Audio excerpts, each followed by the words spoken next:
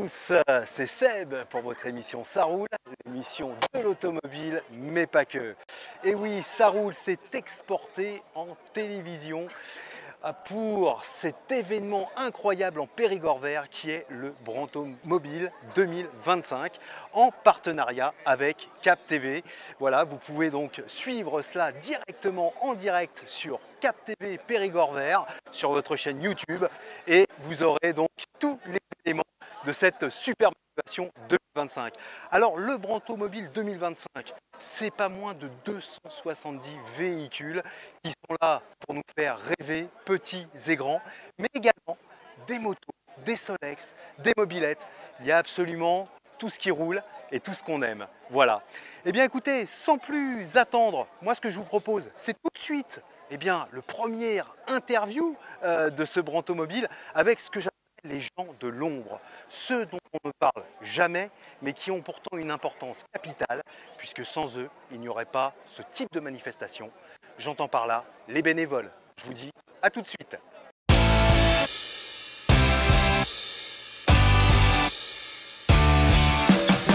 Bon ben merci d'être là. Je crois qu'il y a à peu près tout le monde. Normalement on était une cinquantaine, donc c'est plutôt pas mal. Sur 64 bénévoles, je crois maintenant. On a quelques nouveaux. Il y a quelques nouvelles têtes qui n'étaient pas là l'année dernière. Donc ce que je vous propose aujourd'hui, on ne va pas faire ce qu'on avait fait l'année dernière avec le tableau où on se place. On va faire un petit récap, on va rappeler ce qui s'est passé l'an dernier pour les nouveaux, on va présenter les nouveautés et on fera une réunion début mai, je pense, pour affiner comme on avait fait les groupes où chacun se placera où il veut. Au vu de la réussite de la première édition, c'était vraiment super sympa. Donc on s'est dit... on peut que rechuter. Voilà, et là donc, on a dit à Fred, on répond présent sans aucun souci. En fait, lors d'une réunion l'année dernière en amont, on a choisi chacun des postes qui nous semblaient intéressants. Bon, moi j'y connais rien en voiture, mais... Voilà, j'ai rencontré plein de gens très gentils.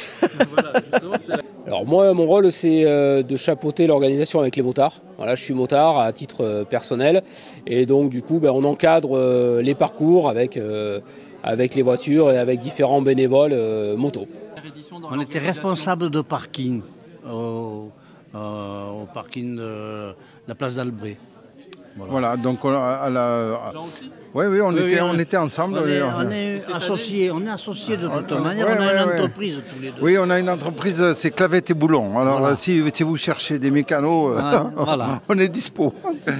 Et cette année, vous faites la même chose? Oui. Voilà, le même rôle. On a des rendez-vous déjà depuis l'an dernier. Les gens veulent bien revenir nous voir parce qu'on a été un peu gentils avec eux. Et ils ont été gentils avec nous, alors ils ont pris rendez-vous pour cette année.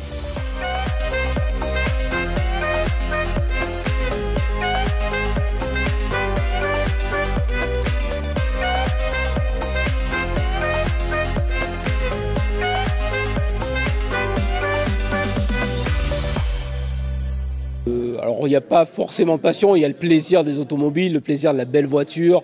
Voilà, c'est quelque chose qui fait rêver depuis qu'on est tout petit. Et à travers la moto, de pouvoir encadrer, en même temps, on est à côté des belles voitures, on les suit, elles rugissent, nous aussi. Donc voilà, c'est plus le côté enfant qui revient un petit peu. Voilà. Et moi, dans les voitures, j'en avais dans le biberon petit. Et donc maintenant, je ne suis plus au biberon, mais j'ai toujours des voitures. On était encadrés, on a eu la chance d'être les derniers à partir. Et il y avait les motards de la gendarmerie avec leurs vieilles motos. Et voilà, c'était un grand moment parce qu'on est encadré par la gendarmerie, les gens sont beaucoup plus respectueux du coup de la balade et des motards et c'était un moment super riche. C'est un peu frustrant de les voir partir, faire le tour alors que nous on reste sur place, mais bon, c'est le jeu. Sans stack puis de fourche, ici là, on longe, hop, on file sur Riviera et on revient par Lombreau. Là, on ne peut pas prendre le rond-point avec la déviation par là. On va passer, on va arriver derrière Carrefour Brantôme Loisirs, la petite rue là. Et on rejoint le centre, voilà. Donc ça, c'est la plus grande boucle. La mayonnaise prend bien. On voit que ça progresse au niveau des voitures, ça progresse au niveau des bénévoles. Donc on voit bien que ça intéresse un petit peu autour de nous et la commune de Brantôme, ça les intéresse. Si on peut faire ça dans un petit village comme ça, et avec autant de véhicules en plus, hein, c'est ça, c'est vraiment super. Plan pour tous les bénévoles avec les toilettes. Ouais, il y avait eu des bénévoles qui m'avaient demandé, donc je vais imprimer un plan plastifié. Pour chaque bénévole, ça vous permettra, quand on vous pose des questions, de montrer plus facilement où sont les toilettes, ou les autres parkings, ou des choses comme ça. À notre emplacement, nous sommes 3. Parce qu'il y a du travail pour 3 quand même. Hein, oui, déjà depuis le matin, il faut réceptionner tous les véhicules, les faire ranger, les placer, leur donner leurs enveloppes et tout. Et donc c'est quand même fastidieux, il faut que ce soit une organisation quand même drastique. Non, mais ça s'est super bien passé. Et puis les gens jouent le jeu, et donc on a vraiment... on a affaire à des gens sérieux aussi. Oui, donc c'était vraiment sympa. J'ai accueilli les gens à 8h30 le matin, et puis aussi quand ils sont revenus de leur parcours, puisque chaque voiture fait un circuit dans la campagne. Donc là, j'en ai profité, c'était moi qui l'ai stoppé avant qu'il soit placé à l'entrée du parking, donc j'ai profité pour demander ce qu'ils pensaient de Brantôme, des environs de Brantôme. Bon, enfin, ils étaient tous enchantés, j'ai pas vu quelqu'un, un râleur. J'ai pas vu un râleur. Voilà, c'est d'être dans une nouvelle dynamique pour Brantôme, pour notre communauté de communes. Et puis voilà, Frédéric, c'est enjouer tout le monde et être fédérateur. Donc voilà, c'est une super journée, c'est riche en expérience, riche en bons moments. Donc voilà. On a rencontré des gens très gentils, très sympas. Et puis, nous ne sommes pas très timides tous les deux. Et on a su les intéresser à notre stand, si vous voulez. Et alors, on a rendez-vous cette année pour récidiver. On leur racontait des histoires drôles. Ils étaient ça tellement marrantes. Ils revenaient en permanence. Et donc, chaque fois qu'ils revenaient, on leur racontait une petite histoire. Ils nous ont dit, l'année prochaine, vous serez là parce que nous aussi, on sera là.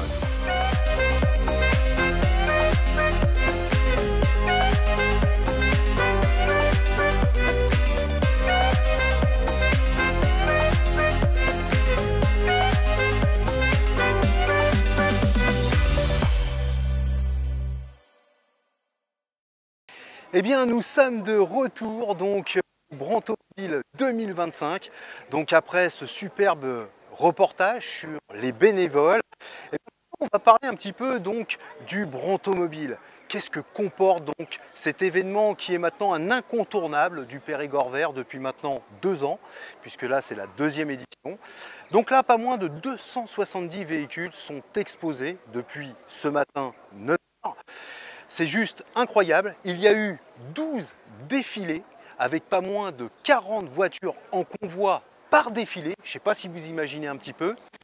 Et puis il y a eu la grande parade à 14h30, une parade incroyable où là il y a eu tout type de véhicules donc, qui a été vu absolument. On a pu voir donc bien sûr les DS avec les 70 ans de cette voiture mythique et également donc toutes ces voitures les plus superbes les unes que les autres.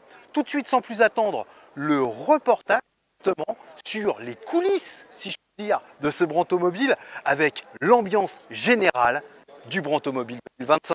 À tout de suite.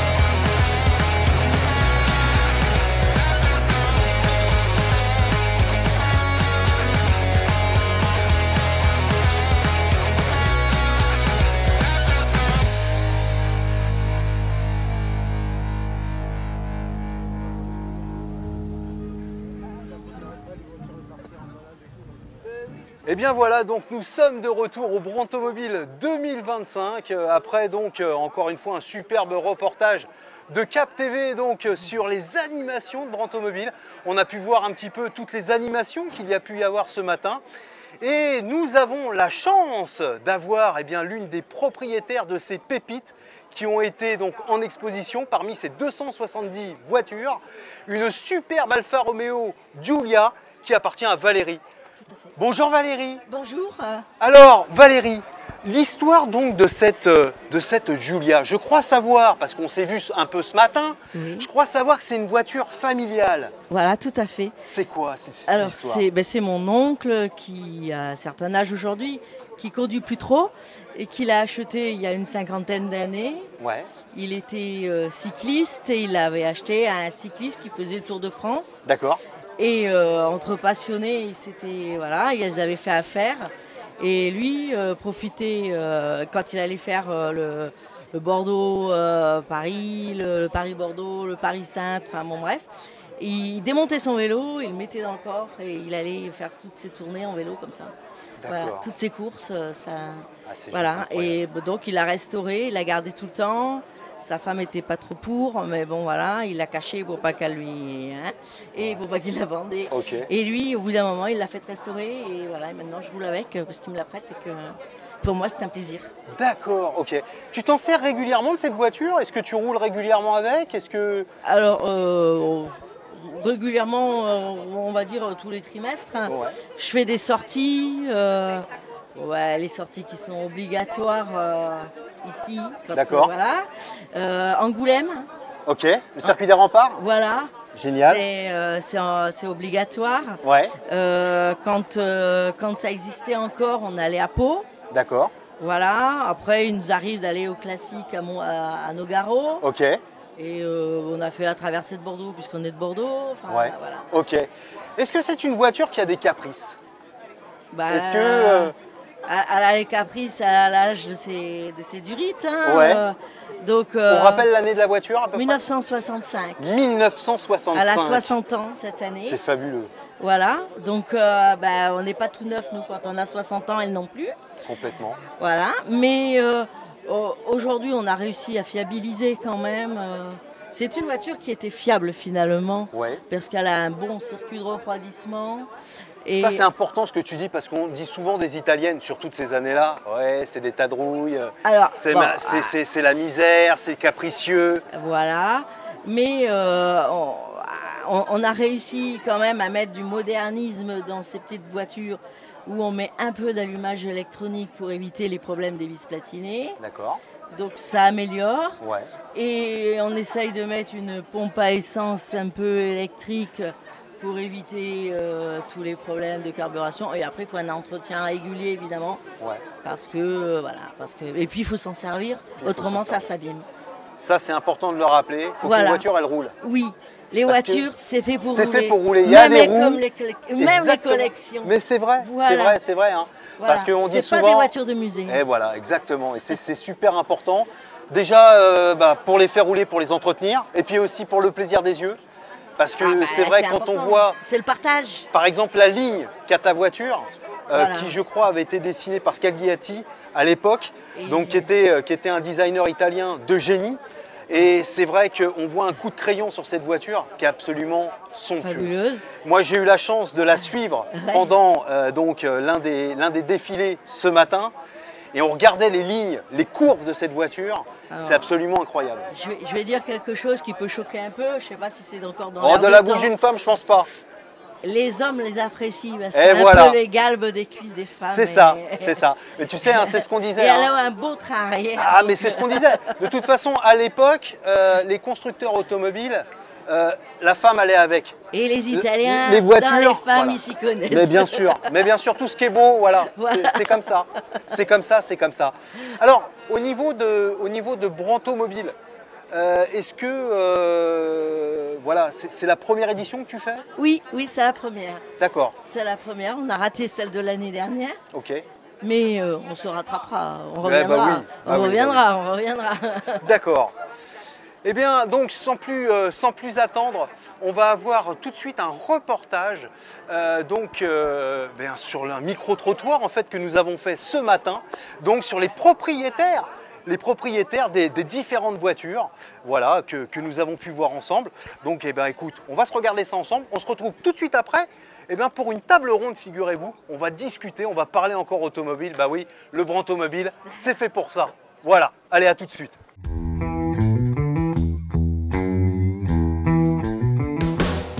Les amis, je vais vous dire une petite pépite, là on peut le dire, quelque chose de très rare, ce qu'on appelait une microcar à l'époque, avec une 2 Ronin. Rovin, pardon, une 2 Rovin, vous voyez, j'ai fait l'erreur. Enfin, c'est trop beau ici, on est obligé d'être là. Eh ben, c'est un monsieur qui nous l'a cédé parce que il était fan d'automobile.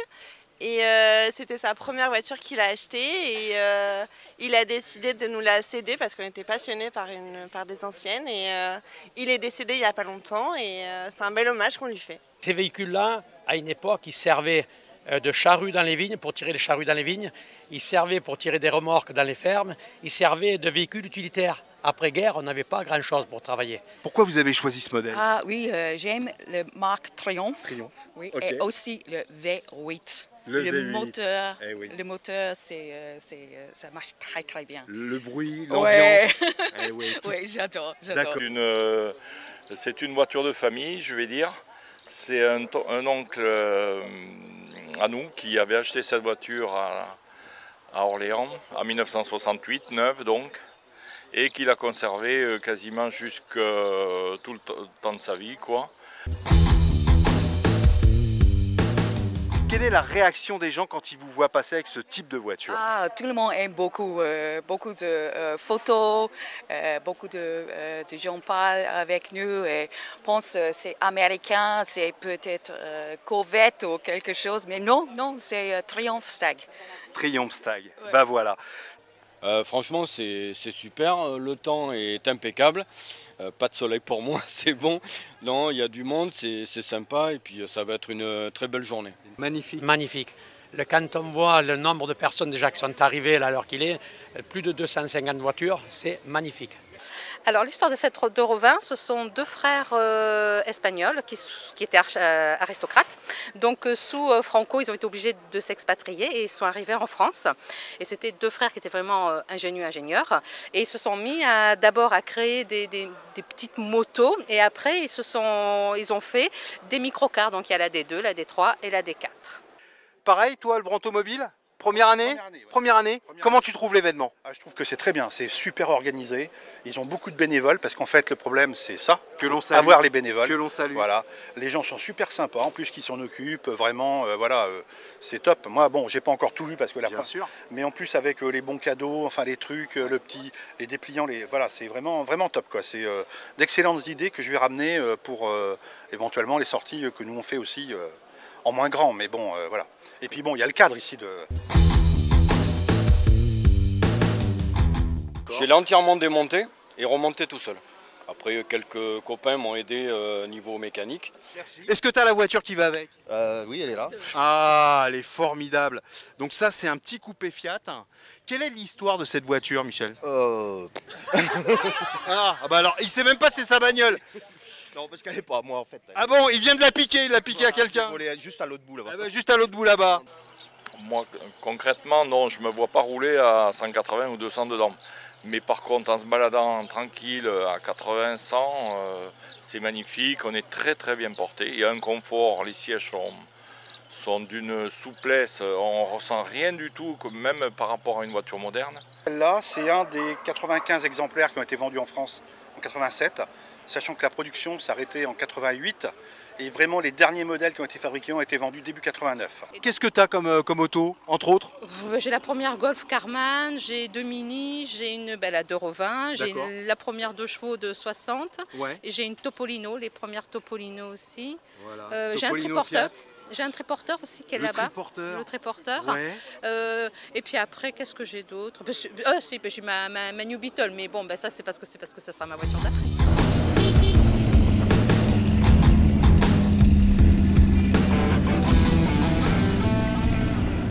Eh bien, donc nous sommes de retour, hein, toujours au Brantomobile 2025, avec donc toujours Valérie qui est avec nous. Donc Valérie, on parlait juste avant du reportage, le Brantomobile. Qu'est-ce qui t'attire dans ce type de manifestation? C'est le public, les gens qui viennent, le partage d'émotions entre les générations, le partage de la passion de l'automobile, la passion de tout ce qui est... Je crois qu'on va être embêté par là. On va se marier, je crois. Non, mais il n'y a pas de problème. Oui, la passion de l'auto, tout simplement, ce partage qui fait que à un moment donné, on est là pour ça et pour la faire connaître et la transmettre, cette passion. D'accord. Alors, je vois en plus que tu as joué le jeu parce que ils avaient demandé, les organisateurs, cette année, de s'habiller un peu vintage. Oui. Et là, on voit que tu as joué le jeu jusqu'au bout. Voilà. C'était l'idée, c'était d'essayer et déjà de remercier les gens qui participent, les gens qui organisent. Si les gens qui organisent, ils se font chier, c'est au moins pour que nous, on puisse s'amuser aussi et les remercier en participant dignement à leur manifestation. En plus, tu sais, les bénévoles, c'est ce qu'on disait au début de cette émission, les bénévoles ont une importance capitale.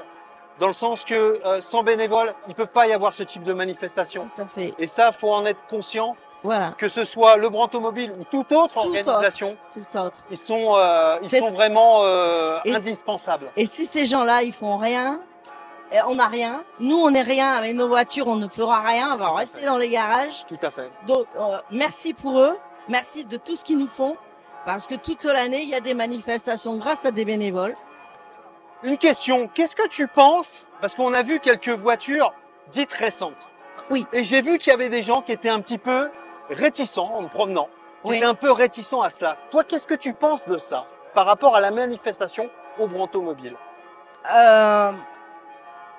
D'une manière générale, pas Brantomobile, mais quoi qu'il arrive, toutes les manifestations.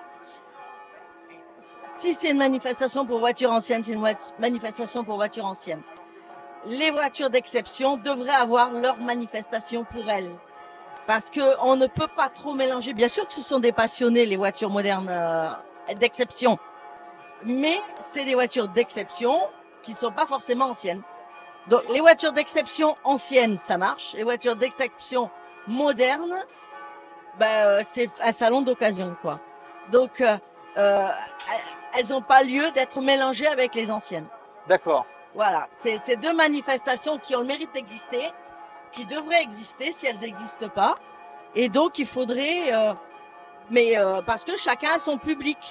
Et les gens, probablement, qui viennent voir des 4L, des Mercedes des années 30, ne viennent pas forcément voir une Mercedes d'aujourd'hui, quoi. Voilà. C'est juste... on vient voir des voitures anciennes, donc... même si elles sont d'exception, elles sont très jolies. Hein. Bien sûr. Voilà, c'est pas la question. Mais c'est plus des anciennes. Voilà. Voilà. Il faudrait deux manifestations différentes. Ou alors les mettre de côté sur un autre parking. Enfin, pas les mélanger, quoi. D'accord, d'accord. Au niveau de l'approche du Brantomobile, est-ce que tu penses que c'est quelque chose qui est de plus en plus dans l'air du temps, malgré que ce soit une réunion de voitures anciennes? Ah oui, c'est dans l'air du temps. On a vu tous les passionnés, tous les gens qui étaient au bord des routes, tous les gens qui sortent des maisons pour voir les voitures anciennes passer. Donc c'est vraiment quelque chose que les gens apprécient, ils aiment. Et peut-être qu'effectivement, à la vie de tous les jours, c'est pas nécessaire. Mais occasionnellement, c'est très bon.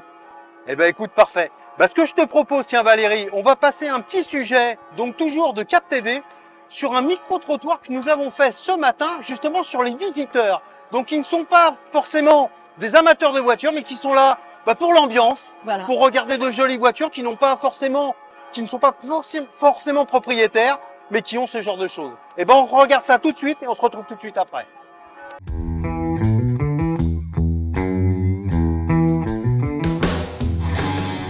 Il y a la télé. Bonjour. La télé, hein. Vous voulez parler? On n'a pas le temps, on est en retard pour la messe.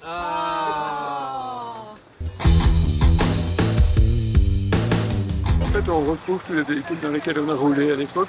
Par exemple, notre jeunesse. Celle-ci, la Mini. Et comme mon mari il possède une vieille voiture et qu'on aime faire ce genre d'activité, il dit ce serait sympa d'aller voir comment ça se passe, de voir parce qu'on n'habite pas tout près, donc de voir si on a envie et la possibilité de venir, si ça nous plaît. On a vu des Peugeot très anciennes. Moi, je ne connais pas les voitures personnellement, mais je vois à peu près les marques. D'accord. Et les petites On se Peugeot. parle au cinéma, quoi. Il y a la voiture de Fantomas, il y a un peu tout, Ah. hein. Mickey Mouse, c'est très vintage, moi j'adore. Hein. D'accord.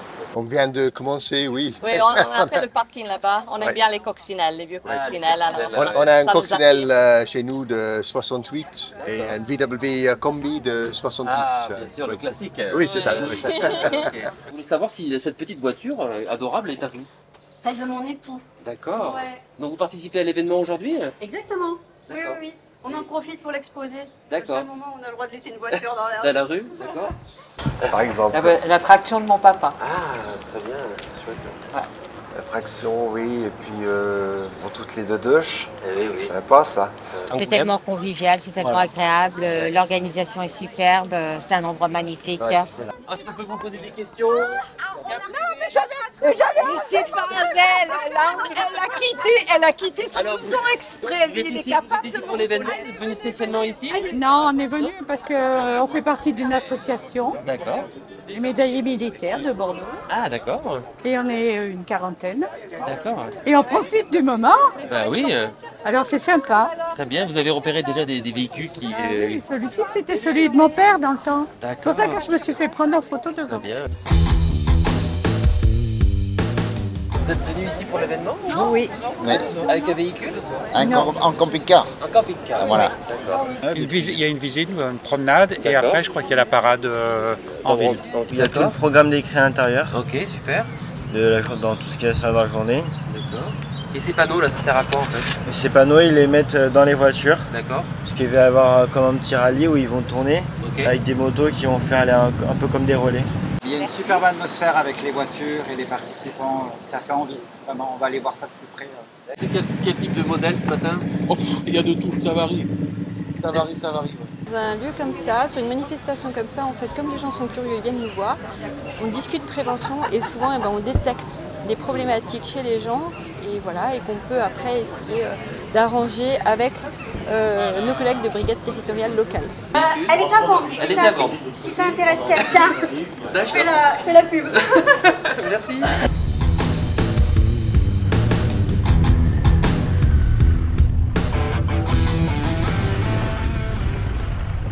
De retour au Brantomobile 2025, donc après ce micro-trottoir sur les visiteurs du Brantomobile, où là on a pu constater donc l'effervescence de cet événement juste incroyable en Périgord. Alors sans plus attendre, on va passer maintenant à une table ronde, et oui, de propriétaires, avec deux propriétaires. Alors j'ai gardé avec moi Valérie. Voilà, Valérie Capberne qui est avec moi toujours. Pourquoi? Parce que Valérie, elle a bien sûr une superbe Alfa Romeo Giulia de 1965, mais pas que, mes amis, puisqu'elle a également une MG, elle a également une Fiat. Il y a pas mal de petites voitures, donc elle sait de quoi elle parle, la dame. Et puis on a avec nous, alors là, on a avec nous Eric donc Auchard qui est avec nous, qui est président du club DS Aquitaine. Voilà, donc qui est avec nous, et en plus, là, alors là, c'est vraiment un honneur parce que c'est les 70 ans de la Citroën DS. On est très heureux de t'accueillir, Eric. Bonjour à vous deux. Merci bien. Merci. Mais de rien. Alors, Eric, la DS, qu'est-ce que ça représente pour toi? C'est la voiture de mon enfance. Hein. J'ai passé des années à l'intérieur du véhicule avec mon père. Ouais. Il en a eu une pendant une bonne dizaine d'années. Et puis c'est le confort, c'est la sécurité aussi d'une voiture fiable. Donc voilà, c'est des souvenirs d'enfance et de vacances. D'accord. En fait. Quelle est l'histoire de ta DS? Parce que ta DS, c'est une DS 21, je crois. C'est ça, oui. Dont tu celle qui est là, c'est une 21. Ouais. D'accord, puisque tu en as plusieurs. Oui. D'accord. Oui. Donc quelle est l'histoire de cette DS? C'est un achat, c'est pas une voiture de famille, hein, c'est un achat d'il y a une bonne trentaine d'années. Okay. Oui, même facilement 35. Ouais. C'est une voiture que j'ai gardée tout au long de ma vie pendant ces 35 années, que j'ai restaurée plusieurs fois, parce que bon, ça vieillit un petit peu, hein, et améliorée aussi, fiabilisée. On est parti en vacances, on a fait plein de choses avec cette voiture aussi. Ouais. D'accord. Alors, toi, tu es président donc de ce club. Comment on devient président? Bah, c'est un peu le seul qui parle et qui lève la main peut-être. Ouais, c'est ça. Et puis on le reste d'ailleurs. Ouais.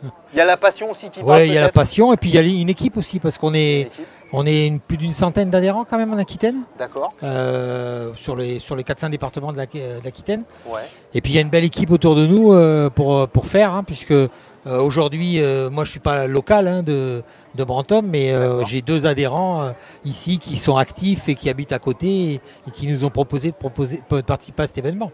Donc il y a beaucoup de bonne volonté, de passion et de disponibilité de nos adhérents. Le club existe depuis combien de temps? Alors la section Aquitaine, je vais dire une 35 ans environ parce que je suis président depuis 33 ans. Donc il y avait un autre président pendant 2 ans. D'accord. Quelque chose près. Hein. Et par contre c'est une fédération nationale. Donc la fédération nationale a une bonne quarantaine d'années. Parce qu'il y a différents clubs régionaux dans toute la France quoi en fait. Hein. D'accord. Il y en a à peu près 11 répartis sur le territoire national. Et l'Aquitaine, oui, ça fait 35-36 ans qu'elle existe. Qu'est-ce qui se présente là pour les 70 ans de l'ADS? Alors on va faire un gros événement le 5 octobre, puisque ça correspond à la date de sortie. Bien sûr. Donc 70 ans ce jour-là. Ça va se passer en Gironde, désolé pour Brantôme. Hein.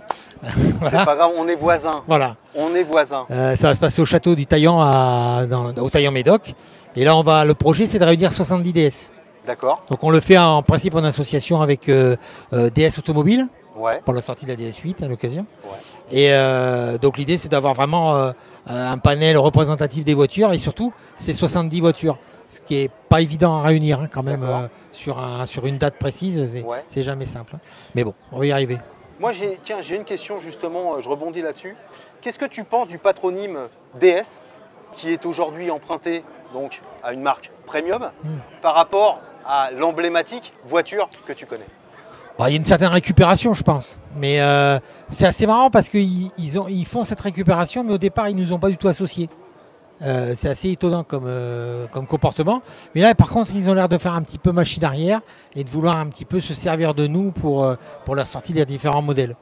Mais au départ, quand ils ont lancé la DS, il n'y a pas eu véritablement de rapprochement avec nous. Mais bon, aujourd'hui, ils le font. Je sais pas, c'est certainement qu'ils veulent s'asseoir aussi sur un modèle qui a été prestigieux et bénéficier un petit peu de la longévité de la DS. Elle a été construite pendant 20 ans, la DS. Hein. Tout à fait. Donc elle a évolué avec différents modèles, différentes finitions.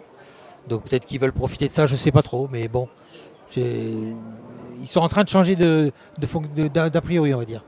Quel est pour toi le modèle le plus marquant de la DS ? En dehors des séries spéciales, c'est ou alors un tout premier modèle, c'est-à-dire un modèle 56 par exemple, ou alors un modèle charnière, c'est-à-dire un modèle 67, qui est un modèle avec l'ancienne avant. Avant, ils sont passés avec les phares carénés après. Et il y a eu un changement, je ne vais pas rentrer trop dans la technique, mais il y a eu un changement technique important à cette époque-là. Donc c'est vraiment les deux modèles emblématiques. Après, il reste aussi les modèles injection, qui sont les modèles les plus performants, qui sont sortis à partir de 71. Où là, c'était un modèle un peu plus sport, un peu plus chef d'entreprise à l'époque. Hein. D'accord. Capitaine d'industrie. Ouais, complètement. Et autre ministre. Voilà. Et autre président d'ailleurs. Oui, complètement. Et d'ailleurs, Monsieur de Gaulle lui doit beaucoup. Oui. Lui doit beaucoup. Valérie, tu connais un peu Citroën ? Oui. Ouais, t'en as eu ? Non. Non, t'as pas eu de Citroën. Non. Par contre, toi, tu as d'autres voitures, d'autres marques de voitures que tu vas nous parler. Oui. Dont une petite MG fort sympathique. Voilà, moi je suis un peu anglaise. D'accord. Parce que j'ai la MG TD et la Mini. Ouais. Et ensuite, je suis plus italienne. D'accord. Donc j'ai pas mal de Fiat et d'Alfa Romeo. Ok. Voilà. Alors pourquoi plus Fiat plus italienne qu'une voiture française? Par rapport à quoi? Quels sont tes critères? Quand tu choisis une voiture, quels sont tes critères? C'est pas un choix, c'est Je suis désolée, mais, Non, mais... moi, la DS, ça me rappelle beaucoup d'années de malade en voiture. Ouais. Ça, c'est une légende, hein. On n'est plus du tout malade, on n'est plus du tout malade en DS. Hein. C'est fini. Hein. C'est fini. Moi, ça a été terrible. Ah ouais, voilà. T'avais de la famille qui en avait? Oui, mes parents avaient ça, okay. Et pour moi, c'était la cata. Le cauchemar. C'était la cata. D'accord. Et puis, je ne sais pas, moi, l'Italie, ça me fait rêver. Ouais. Donc, okay. les Italiennes vont avec la voiture. Enfin, tout ça, c'est... Voilà, c'est un état d'esprit. Pour moi, ce sont des très belles voitures. Elles ont une coupe spéciale. Elles sont... Voilà, je trouve que... Ok. Voilà, ça s'explique pas. Non, je crois que c'est le feeling. Ouais. Et au niveau des Anglaises, les Italiennes. Alors la Mini, voilà, la Mini, on ne sait pas trop. Elle est beaucoup anglaise, mais elle a été un peu copiée par l'Italie avec l'Innocenti. Ouais. Voilà, donc on ne sait pas trop si, voilà, des fois j'hésite. Mais non, la Mini, c'est forcément la Mini sportive. Qui va bien pour faire le Monte Carlo, c'est celle de mes rêves.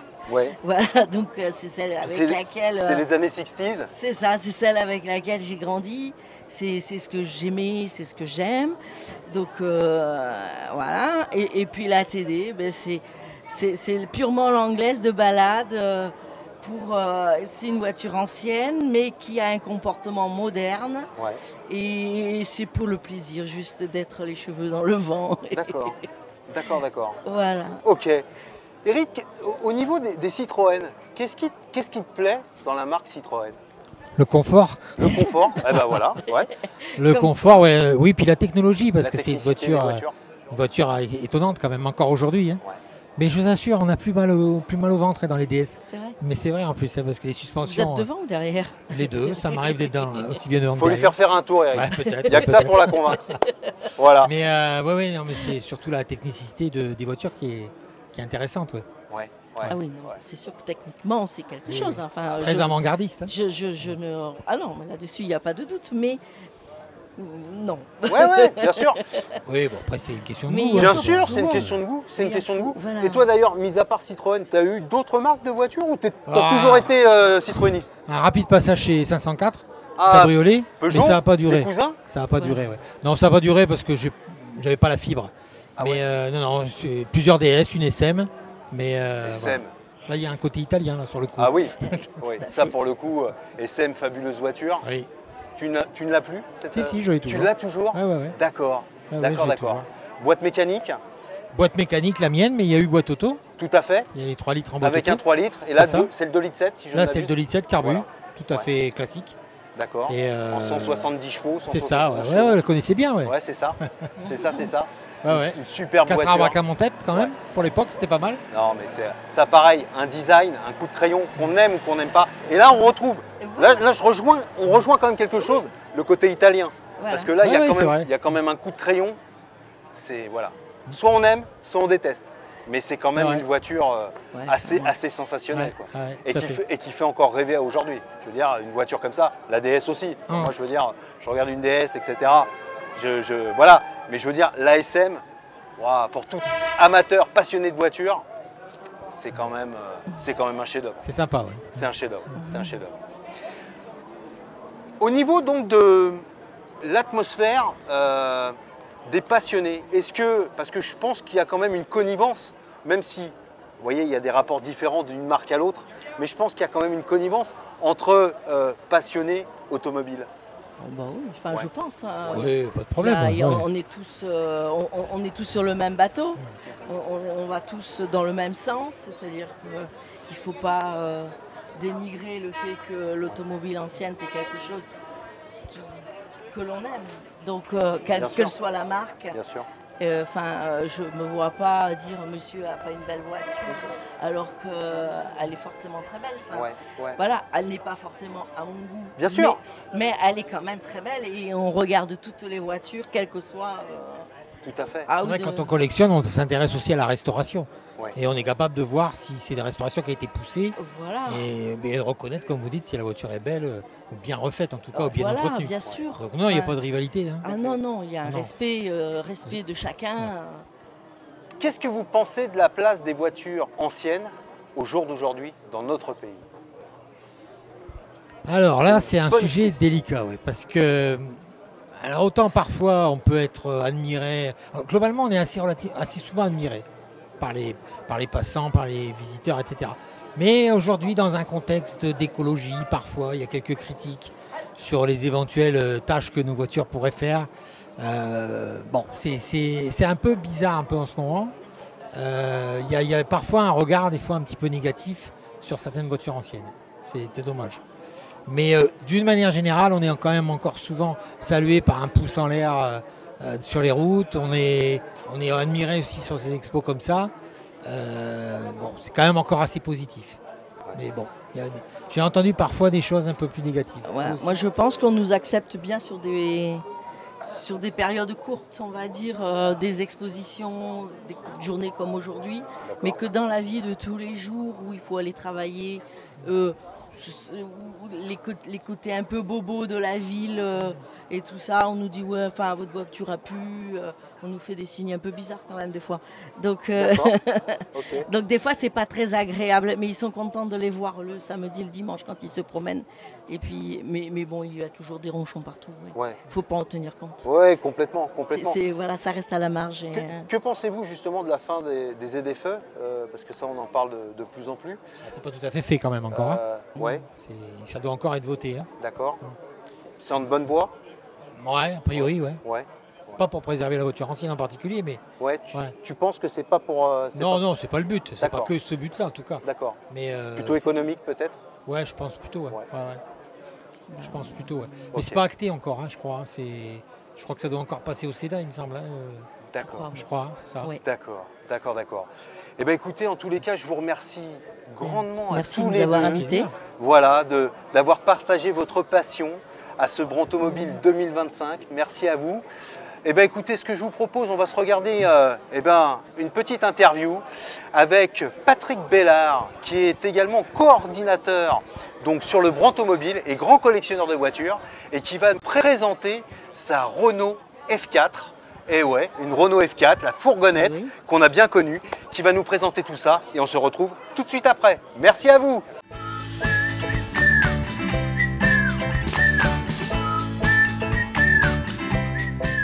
Je m'appelle Patrick, plus communément surnommé Patou, et je suis un des nombreux collectionneurs, pas compulsifs, mais de voitures de collection.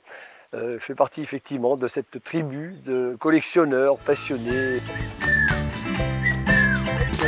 Mes parents, quand j'avais l'âge de 5 ans, ont acheté leur première voiture.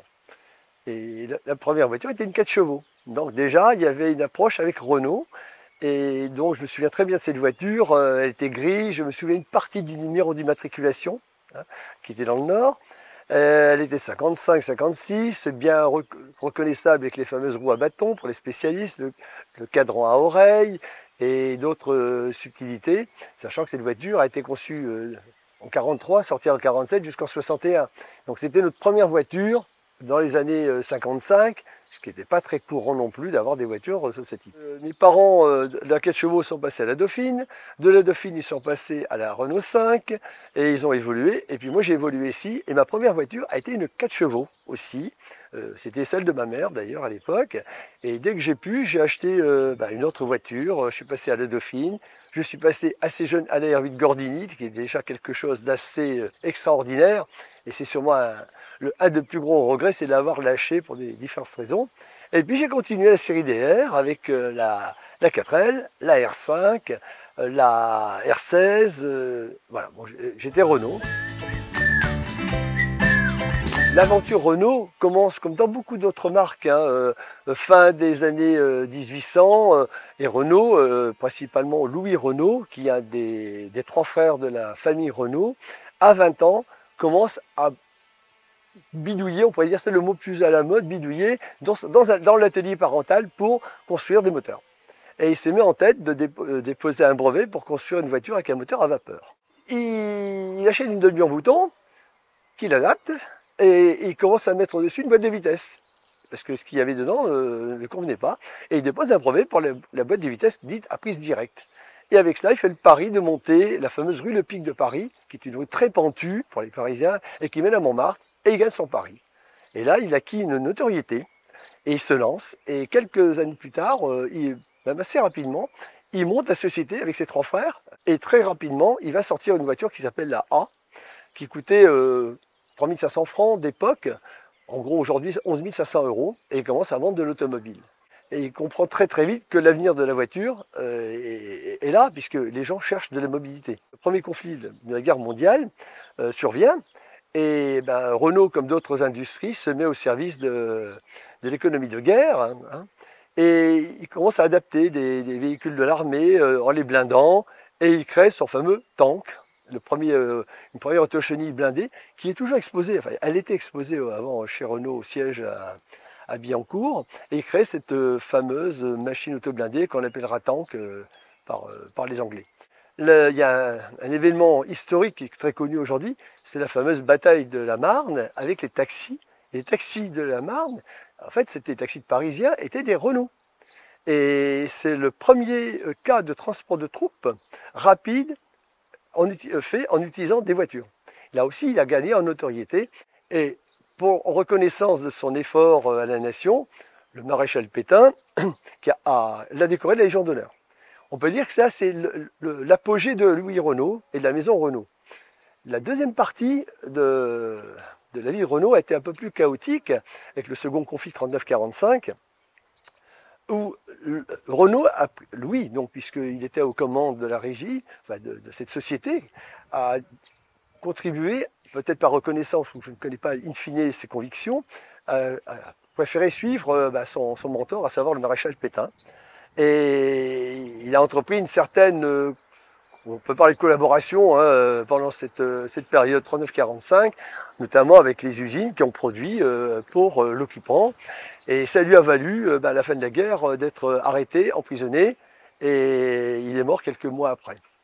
Donc là, Renault a pris un tournant, puisque Renault, avant-guerre, était un constructeur automobile de prestige, avec des véhicules de haut de gamme, les Monasix, les Nonasport, Vivastella, etc., qu'on pourrait comparer aujourd'hui à des marques britanniques.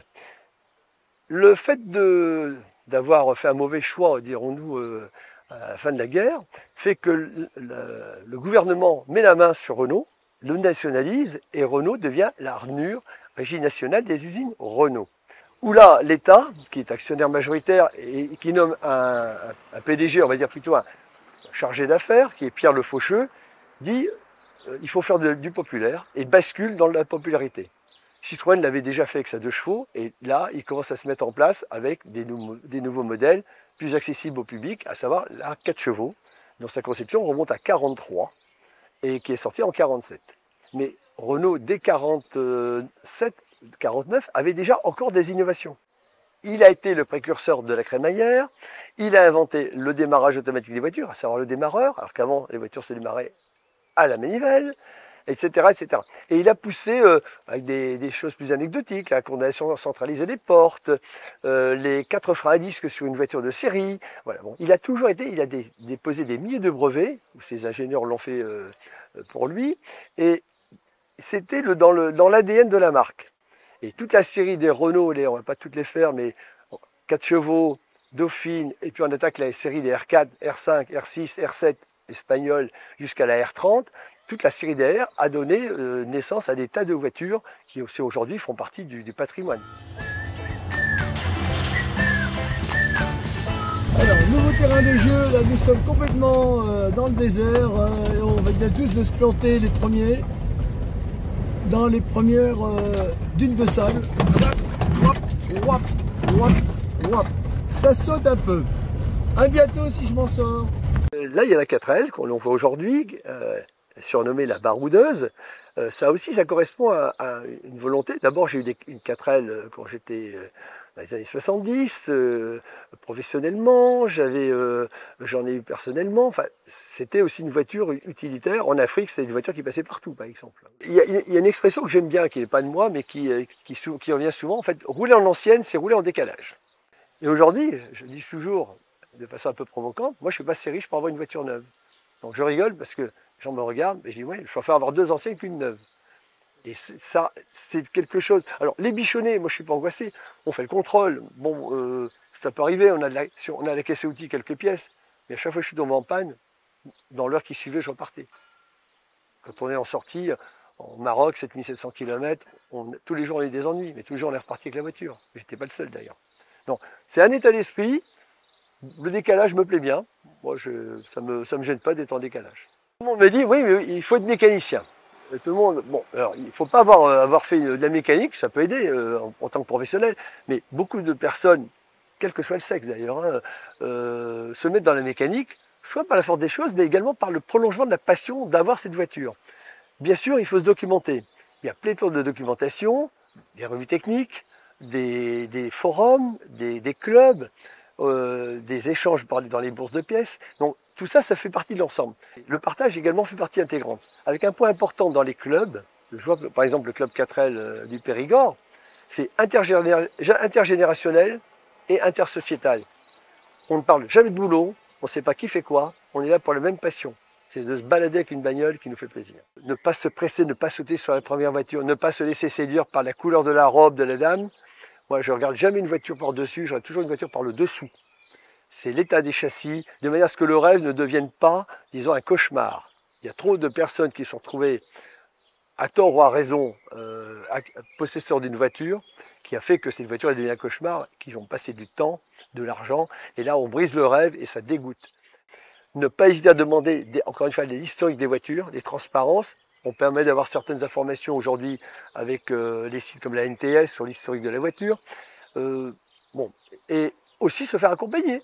Moi, je ne suis pas un expert automobile, mais comme j'ai une bonne connaissance de ces voitures-là, ça m'arrive d'aller voir des voitures pour le compte de quelqu'un de façon complètement altruiste et dire oui, achetez ou n'achetez pas, ou achetez à tel prix parce que vous allez faire cela comme travaux.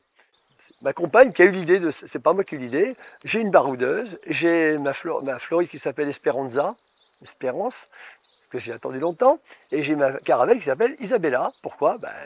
La Caravelle, Christophe Colomb, Isabelle. Donc c'est un peu ces petits clins d'œil. Et j'en ai parlé à des amis l'autre jour, ils me disent, mais c'est pas bête ton truc, donc ils se mettent tous à baptiser leur voiture. Le petit nounours, c'est un petit clin d'œil de ma compagne, voilà, qui est son petit gris, son petit doudou. Voilà, on a des petites... c'est pas la superstition, mais c'est bien, encore une fois, ça permet un peu de démarquer un peu la voiture. La Caravelle, je trouve cette Caravelle, c'est une version américaine. Et comme c'est pas courant des versions américaines, j'ai cherché à savoir son histoire. Je me rends au salon d'auto à Paris et je tombe sur une grande affiche 4x3 avec ma voiture. Et ma voiture, qui était affichée sur un stand d'un magazine. Et je vais voir le commercial, je dis c'est quoi cette voiture? Il me dit c'est une Caravelle, j'ai ça j'ai conclu. Mais je dis c'est ma voiture. Ah bon, vous avez la même? Non, c'est ma voiture. Et j'ai le magazine avec moi et je lui dis mais attendez, elle vient d'où cette photo? Et il me dit voilà, c'est monsieur machin qui l'avait. Et là je tombe sur un monsieur absolument fabuleux qui s'appelle Claude Lemaître, qui est un des papas du service historique du groupe Renault, qui a écrit de nombreux ouvrages et j'apprends qu'il était propriétaire de cette voiture. Lui ne savait pas que je l'étais puisqu'il y avait d'autres cascades de vente. Et j'ai retrouvé ce monsieur en Bretagne lors d'une sortie, en surprise, et c'était émouvant. Il pleurait, parce qu'il voyait sa voiture, il ne pensait plus qu'elle existait, et il m'a sorti toute la genèse de cette voiture. Donc je sais quand elle était fabriquée, quand elle est sortie, quand elle est partie sur le bateau, combien de temps elle est restée aux US, parce qu'elle est repartie neuve, elle est revenue neuve, par qui elle a été vendue, etc. Donc là, j'ai tout le pédigré de cette voiture. Et ça, dans une voiture ancienne, ce qui existe, et ce qui est important, c'est la voiture, et c'est son histoire. Ça vaut au moins autant que le reste.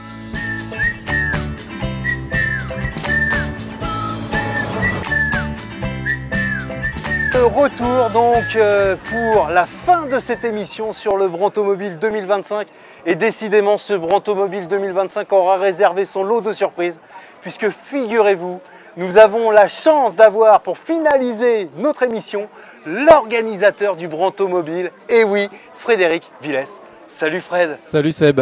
Écoute, on est super content de t'avoir dans l'émission Ça roule pour ce Brantomobile 2025 qui a vraiment réservé et donné vraiment un récital magnifique. Merci. On est surtout ravis de t'avoir reçu. C'était une très très belle surprise. Parce que franchement, on te croyait au Mans. Oui. Et on s'est rendu compte qu'entre Le Mans et Brantomobile, tu as choisi Brantomobile. J'ai choisi le Brantomobile. On ne peut être que content. Voilà. Alors, ce Brantomobile 2025, Fred, en quelques mots, c'est une réussite. Ouais, franchement, que des satisfactions. Alors déjà, on a quand même beaucoup de chance avec la météo. Il y a 2 jours, même pas, il y avait de l'orage. Il y a 3 jours, c'était la canicule.